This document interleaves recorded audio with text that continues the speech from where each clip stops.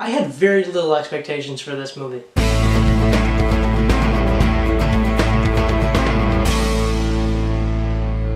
Teen Titans Go! To the Movies is a movie adaptation of the TV show, popular kids cartoon Teen Titans Go! And that is also kind of a remake of another show called Teen Titans, which has the same voice cast, and a lot of people apparently like that show a lot better. But Teen Titans Go! We have a movie about them, and it's a fun little kids movie, surprisingly. This movie follows a lot like the Lego movie and the Lego Batman movie, where it's very meta, kind of breaks the fourth wall at times, and kind of pokes fun at itself and the superhero genre as a whole. You know the usual Teen Titans: Cyborg, Robin, Starfire, Raven, and Beast Boy. They're kind of lesser known characters in the grand scheme of DC, besides like Cyborg and Robin, but you have these kind of like off-brand team. Like, it's not the Justice League, it's not the Avengers, it's not even the Guardians of the Galaxy. There's even a couple jokes in the movie about how they're lesser known than Guardians of the Galaxy, and Guardians of the Galaxy used to be a very unknown property as well.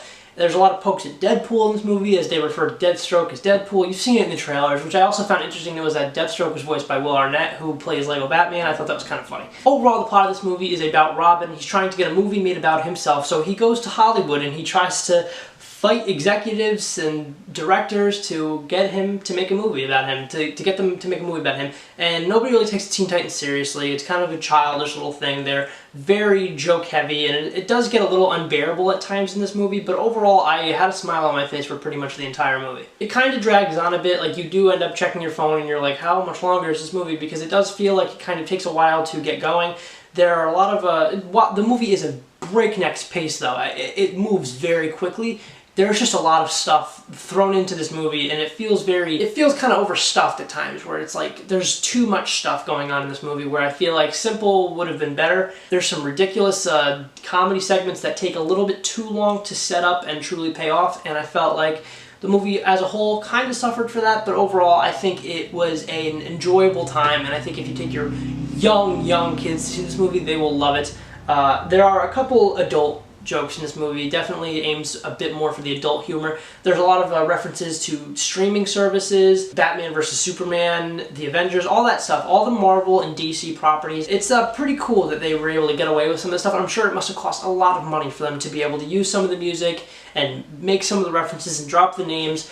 I'm sure it costs quite a bit of money. I wouldn't say this movie's groundbreaking or anything. It does feel very cheap and very made for TV, I'll say it. It does, because it follows the exact style as the show, and I believe the budget of this movie is like $10 million. It really didn't cost too much to make. It's a little children's cartoon with very simple animation, but overall it looks really good, and I thought that it worked. It's got a similar kind of like acid trip weird feel to it as like the SpongeBob movies do.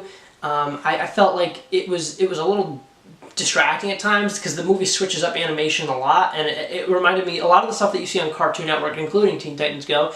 Like Amazing World of Gumball, like I got that vibe from this at times. Like it's just kind of like a weird stage we're in with animation, where it's like these weird like acid trip kind of things where like teenagers could definitely enjoy this and get into it.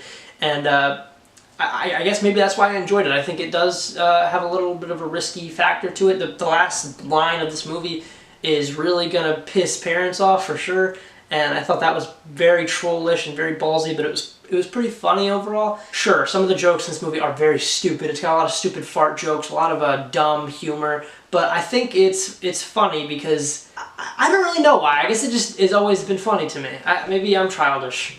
So what? Overall, I can recommend Teen Titans Go! To the movies, because I think it's a very fun, meta little movie, and I think it'll come and go. It won't make too much money, and it won't make that much of an impact overall on the superhero industry, but it's fun. If you go see it, you're going to enjoy yourself, and I think your kids are going to love it if you have kids, or if you have a younger cousin, whatever you might have, they're going to love this movie. But be warned, because it is a little bit mature at times, and it feels cheap, and overall, it's not the most memorable experience you're ever going to have at the movies, but it's fun. So that's my review of Teen Titans Go! To the movies. What did you think about it? Comment down below. Let me know. Thank you so much for watching. Be sure to like, comment, and subscribe, and I will see you guys next time.